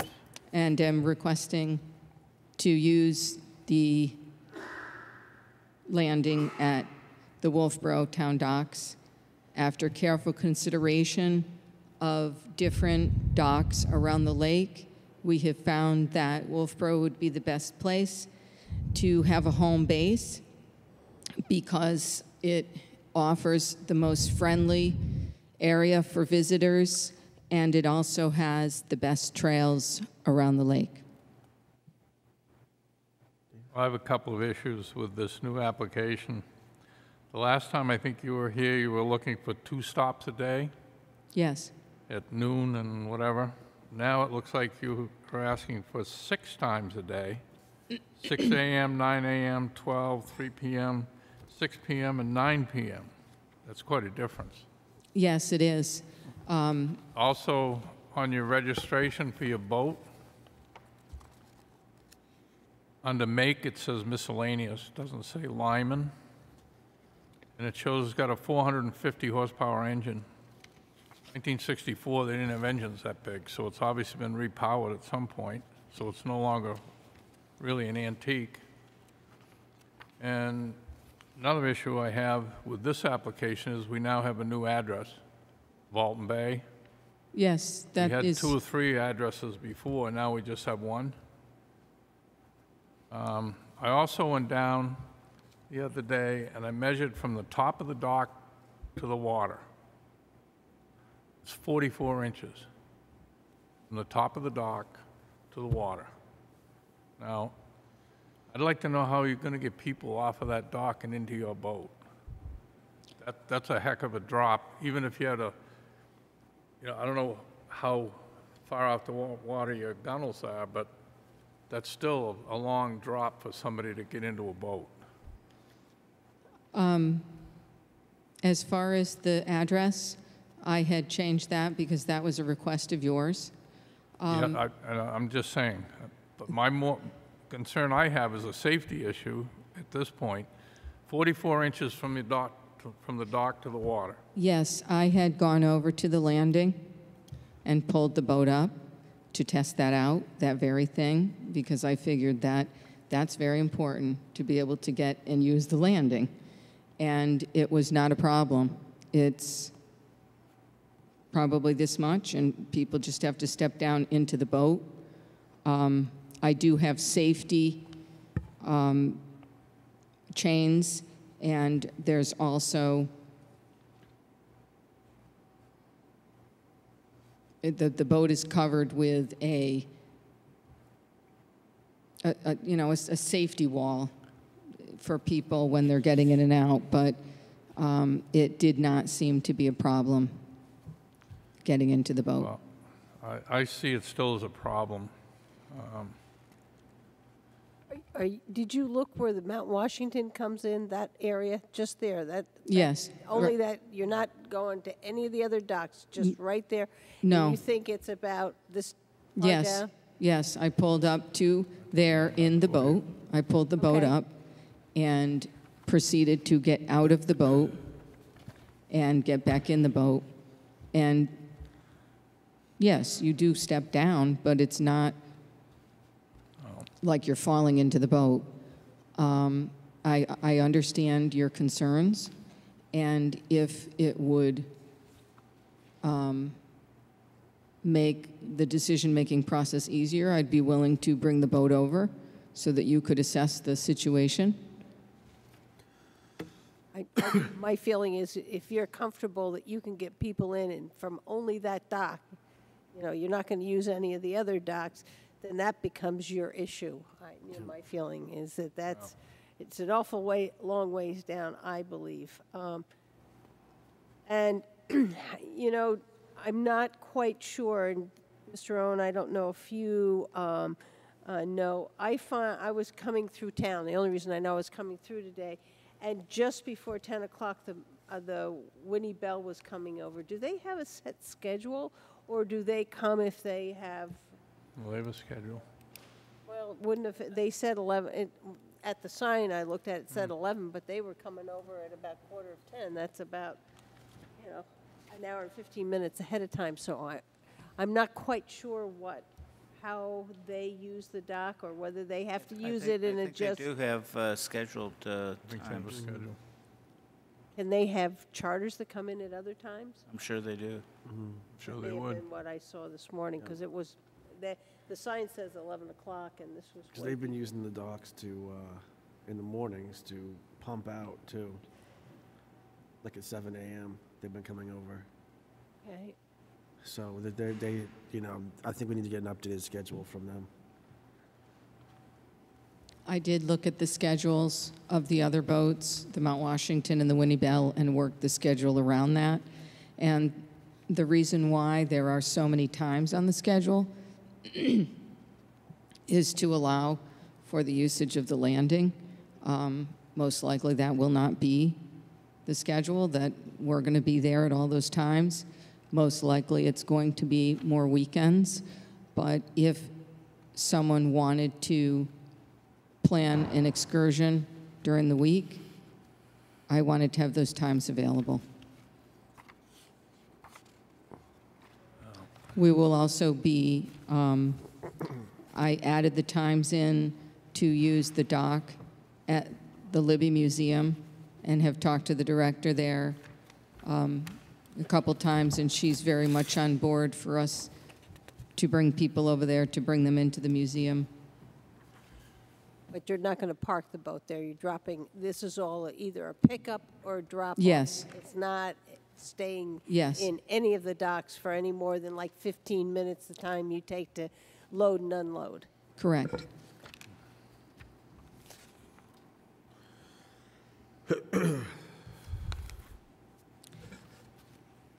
I can also remedy the situation if there's a concern about getting people in the boat with building a ramp or a set of stairs. You'll take, that will go with you. Yes, that would come with me.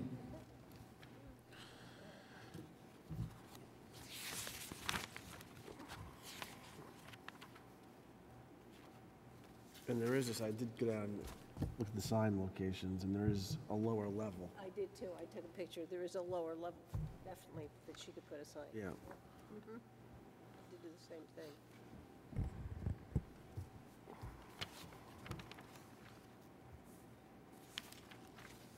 Mr. Owen, are you satisfied with all the documents you received?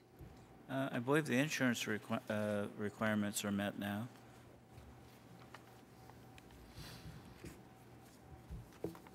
Okay. I think it's the board's discretionary call.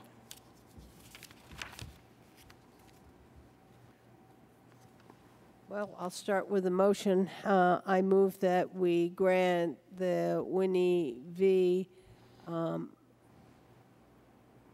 Access to the Mount Washington landing dock on the times that she has listed here on a trial basis. Unless, if it works out, that's fine. If we're running into problems with other boats and there's an issue that we'll need to look at it, have it come back to the board. It'll be a trial basis. And that she will not be at the dock any more time than loading and unloading here at Town Dock or at the Libby. I'll second that. Is there any further discussion from the board? Have we made the regular motion yet? Yes. Okay. Okay, seeing none, all those in favor, say aye. Aye. Opposed? Opposed. Okay. There you We got go. a trial basis to see how it goes, so. Okay. How long will that be? Well, if it Just until? goes and Okay. we don't have any conflict with the Winnie Bell and there's no issue with the Mount Washington, you come in, you go out. Okay. And I would suggest, if you don't have one, you should get a marine radio, because when the Winnie Bell comes in or when the Mount Washington even enters the bay, if you're parked there and if the Winnie Bell is coming over, unannounced for a thing, you need to be able to communicate back and forth with them immediately, because some of the Mount Washington does not stop when it comes in. Like, that captain would be very upset to have to stop for any other boat that's parked there. Well, but she doesn't have any of the time, her time, and it was based on these times. I'm more into, more of And the bell. there's not a time, she's 11 PM, they Yeah. should have left. So she can't be there No, I know. I'm more concerned with the bell. at the bell, okay. Yeah. Yes, I tried to stay away from those times. Yeah. And I do have a general question about if I go out and it tends to be rough waters or the weather turns bad, then would I be allowed to come back in during a time that is not my landing time? As long as it doesn't interfere with the other boats and it's an emergency to come in for weather, I don't see any reason why we would not want you to get the people in. Okay. Okay. Thank you. Thank you. Thank you. And the V stands for victory.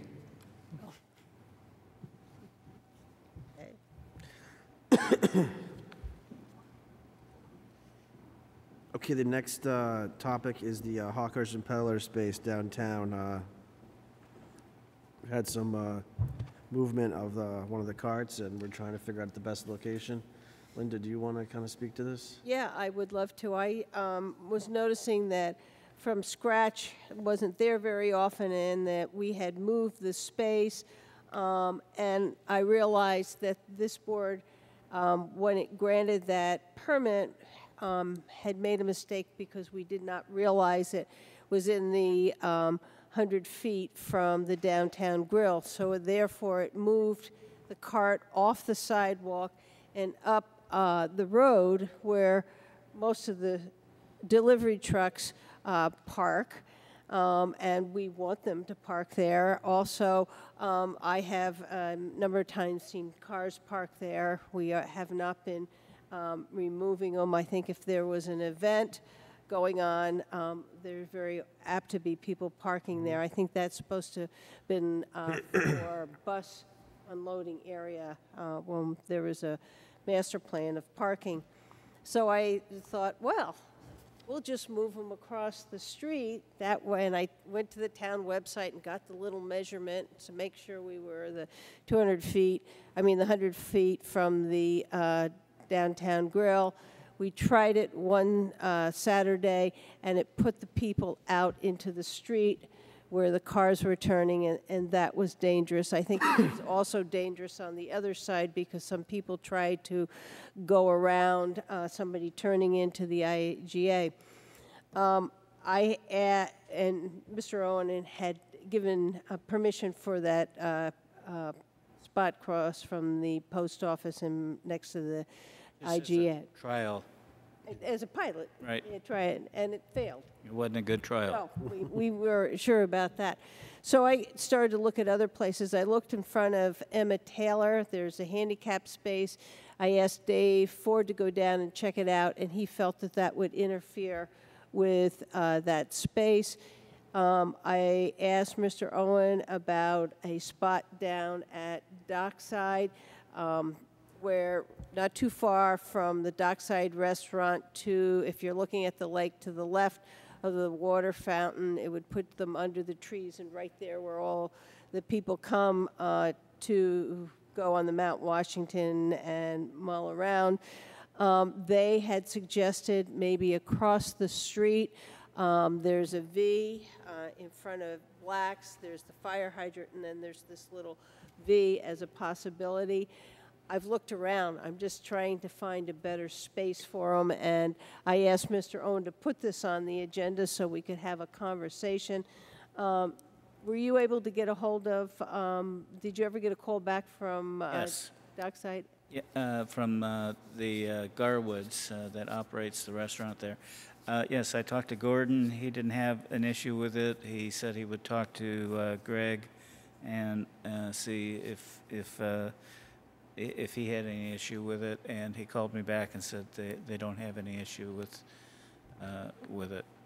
So I was wondering, and Katie, you want to come up and maybe tell us a little bit some of the problems you are having and whether that space would work for you, if we found anything that's better for you? Well, there was snow on the ground when I was here last, so it's a little different season. We definitely have found the first time I tried to even get to our assigned space, there were cars parked the entire way up, so I couldn't get anywhere. And rather than just like set up on a street somewhere, because that's not my spot, we just took everything that we had made to sell that day back to the bakery and tried to make do with a ton of extra products that we had prepared to sell in our spot. So we moved up the street, and it seems like there would be foot traffic going past there, but there's not. You're under a tree. We can't put an umbrella up because there's a tree. You can't really put signage there because, I mean, there's when there are people walking, you're like in the sidewalk. There's, as you can see, there's delivery trucks there often during the day at like any point of the day. So it just wasn't really working. It was actually costing me money to be there. So it wasn't worth it to me. So we tried the other spot, much better as far as like visibility goes, which was really just my goal, is we have a storefront here in town. A lot of people just don't even know we're here because we're not on Main Street. So I really just wanted like, hey, we're here, we have all these things, just to be visible. And so far it seems like it's not really working. So I would really prefer to be on Main Street. That's why I applied to have that spot, is because it's on Main Street. I'm very grateful that the restaurant owners would be agreeable to us being there, but I would be hesitant to kind of choose that spot over something on Main Street, because that's really what I wanted, was to have a spot on Main Street. I'd certainly be willing to try it and see, but I would prefer a spot that's visible on that strip where I thought it would be. How do we feel about that spot where the Christmas tree goes? Well, that's what we've got the fire chief right here, and we can put him on the spot. That is, I don't have any issue with that, It's other totally than the movable. fact the fire hydrant's there. And if he's okay with it, and the rest of the board is, then maybe we can try that. Yeah, I believe we would be okay with that. I think we could navigate around that. Okay. Where's this location? This is where the Christmas tree gets put up, the town Christmas tree. Oh, okay, sure. So there's that little, Little V there. yeah. Okay. It sounds like a possibility to me. I'm fine with that. I'm fine with it. You have to move out by Thanksgiving then. That's right. There's no bakeries within 100 feet? That's where you'd like to be in that spot, am I correct? Butternuts is the closest place. That's more than 100 feet, isn't it? Yes, I did my little, and yes, it is. That is, Butternut is, I don't know if I wrote that down. And I, being a business owner in a small town, I always want to make sure that I'm aware of that. So even from the get-go, I look at what other people around me are selling, and I don't sell those things. So, I'm mindful of that, because I would want someone to be mindful of that for me. So anyway, yeah. I make a motion that we do a pilot for the rest of the season to move, I think it's space 4 to across in front of Black's and the fire hydrant where the Christmas tree goes. Right. I'll second that. Motion's been made and seconded. Any further discussion from the board? Seeing none, all those in favor, aye. Aye. Opposed? Thank you. Happy selling. Yes. Next, we have old business. Is there any old business from the board? Any other business? I have one other business. Okay. And what I'm looking for is I'm hoping that the board would send a letter to Seven Sons. What is happening, and I can show you a couple pictures. This one was at 8 o'clock this morning, and they have a table here, right in the walkway coming up. I went down there later in the day. It wasn't there. I think people moved the tables all over the place. And then this day, of course, people had moved them and they're out. And just write a friendly letter to them saying, would they please put notices on their table and please help their patrons to keep the tables against the wall.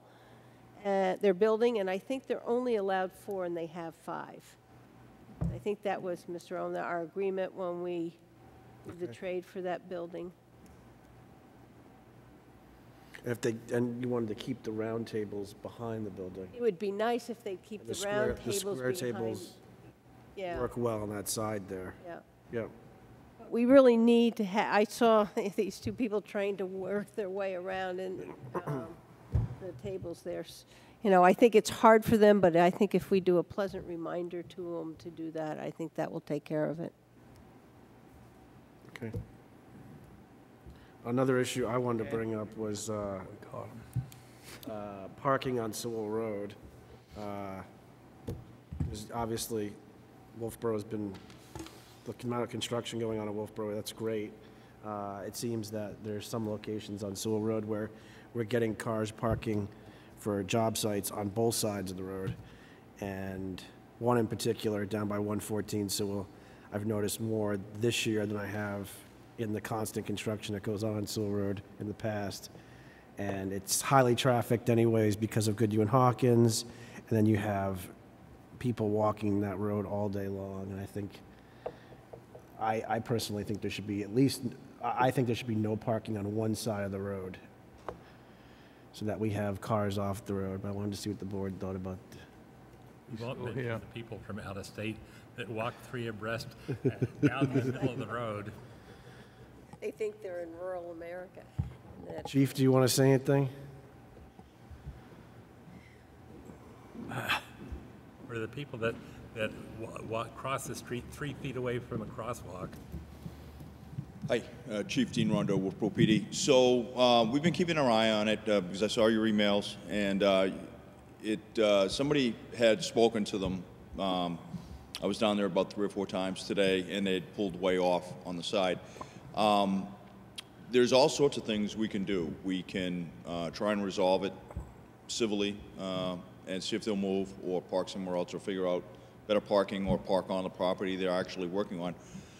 We can ticket and we can tow. So those are essentially, you know, our 3 options. I'll review the town ordinances and see what the parking prohibitions are. As long as they're essentially off of the road, they're not on the traveled portion of the road, they're okay. Okay. You know, I think just the same as with Seven Sons. Yeah. If we can do it by the police going through there, and if they do and they pull off, I went down there today, they were off, just to kind of look at it, then I don't think we have an issue. Yeah, right. Today we were able to. There was a 2-way passage. But I do know what you're talking about. Yeah. I was there the other day last week, and it was pretty narrow. And is that one of our signs that we've put up down by Goodhue and Hawkins that says? That is not. Okay. I think that they made that themselves and they put it up. And Okay. I saw that today. I didn't say anything because it's. What's the sign say? It's correct. It's accurate. Yeah. There's nothing wrong with it. Do not park on this side. It's just of the not a road. town sign. You'll be ticketed by the PD or something like that. Yeah. So, okay. Yeah. I think we monitor it, and if we could ask them to move and they stay off, I think our goal is to have 2 good lanes of traffic. Yeah. Right. So we don't have, and definitely on both sides. There's some places on Sewell Road you shouldn't park at all. The road isn't. Yeah. Right, and we try to be, obviously, as a police department, you want to encourage, you know, commerce and business and so forth and so on. You don't want to be so overbearing or overpowering that you stifle business opportunities and activities and so forth and so on. So there is a balance. But yeah, we'll keep an eye on it, and maybe we can have a friendly chit-chat or so. And then if it doesn't work, then we can look at something else. Right, exactly. Yeah. Perfect. Okay. Thank you. Thank you, Chief. Thank you. Any other business from anyone else? Town manager's report? Yes, Mr. Chairman, just a few things to report out. First, we received a notice from the New Hampshire Municipal Association today that we're going to be receiving some additional state funds shortly for highway construction. Sounds good. That the legislature in the budget for this coming year, this year, appropriated an additional $30 million in addition to the normal highway block grant funding So they're going to be apportioning that $30 million out to the communities, and this will be a one-time grant, and you can spend it right away. All you have to do is hold a hearing to accept the grant, which we do normally, Okay. and you can spend it that same year without further appropriation. So this may be a way to get another road project done this year above and beyond what we were expecting to be able to get done. So we'll be bringing that forward as soon as it's received. I had a call from the Mark Whitehead from the New Hampshire Boat Museum today. They're canceling their Tuesday morning regattas because of the excessive amount of weeds in Back Bay, and he wanted me to make people aware of that. I know Kathy Barnard is aware of the issue and is trying to work on it. We're trying to find out whether what they're getting into is milfoil or there's bladderwort that's growing up where the milfoil. So and that's native. So we're not quite sure, and she's trying to get a solution. Okay, also I just wanted to remind everybody that we have the public hearing on the proposed expansion of the town docks coming up on August 10th. So 7 o'clock. 7 p.m., correct. Also, we got notice that Metrocast was sold to a Canadian firm. I think I put the article in your packets, and we'll have to see if that has any impact on their service or prices. I had not read of that before. Pardon? I had not heard of that until I saw your memo. Oh, yeah. Well, at least it can't get any worse. The Newtown Cemetery on Middleton Road, the work is well along there on putting the road in and the water spigots and such. We're looking next at getting some fencing installed and some signage, and then we'll be just about ready to start selling grave lots there soon. And finally, you're aware that every fall we have a Town Employees Appreciation Day event, and we have a little committee that's met and worked on trying to pull together this year's Town Employees Appreciation Day event. And as I just received this shortly before closing today, so you won't have seen it in your packet. And basically, they're basically proposing to expand the Employee Appreciation Day. As you'll recall, we typically close for a half day, and after we close at noon, and everybody goes and has a picnic, a cookout, basically. They're proposing to make it a whole day, and to change it from a Friday. Usually it runs, it's been a Friday afternoon, so you would go from, straight into the weekend. They're proposing it to make it on a Thursday so that the solid waste employees can participate. And they're proposing doing it at the Abenaki Lodge this year. I told them to put it in writing, that is the committee, and I would run it by the board to see what you think. Of course, I realize you're just seeing this now and you haven't had an opportunity to digest this, so if you want to carry it over to your next meeting, there's plenty of time to do that. The employees don't care that much for the lakefront? Well, the participation's been going down the last couple of years, you know. Using the water, you mean? Well, Or just in general? just in general, the number of employees attending, participating in the event has gone down. I think they're looking at trying to do something to try to get more people involved in the event. If they don't participate, what do they do that day? Pardon? If they don't participate, what do they do that day? They just Well, work? well, if they don't participate, then they'd have to take the day off as leave, is what there's. You don't participate, you make them work, and they'll all be there. That's right. You can either, That's what I was either work or curious. take the day off as leave. Either come or, yeah. So I guess it's a discretionary call to the board if you're comfortable, you know, closing the town hall to the public for a full day during the course of a, We don't have to decide this tonight. right? no. Okay, Good. Fine with me. I want to look at it. Let's decide at the next meeting. Yep. Okay. Think about it. So we'll carry that one forward? Yes. Okay. Very good. That's all I have. Thank you. Committee reports, I have none.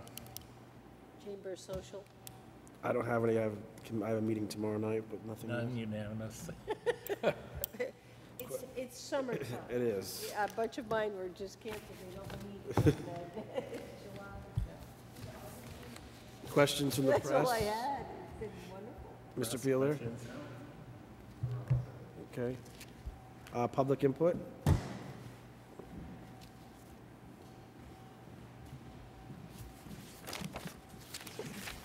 Suzanne Ryan. I'm here on behalf of the Cotton Mountain Community Church, from which I am the treasurer. I'm asking the board to forgive or abate the timber tax. We did that once some years back. It's something that doesn't happen very often. We have a landlocked piece of property down by the abandoned railroad tracks up in Cotton Mountain, and it's not very usable. It's kind of been a little bit of money in the bank for the church. By cutting the wood, it was just pulpwood. It's not really a very good lot. I don't think anybody would even want to buy it, but we did receive some revenue off of it, and we did also we felt obliged to give a donation to the property owners that let us take our lumber through their property, so we didn't realize the full amount of the timber cut.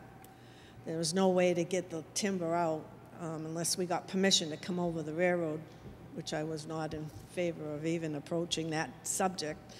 So at any rate, the total amount was $309.03, and it's been paid. I think the process last time was pay it first and then come in and ask for an abatement. You are the assessing body, so I came to you first. Yeah. And The if board- I could, I'm sorry.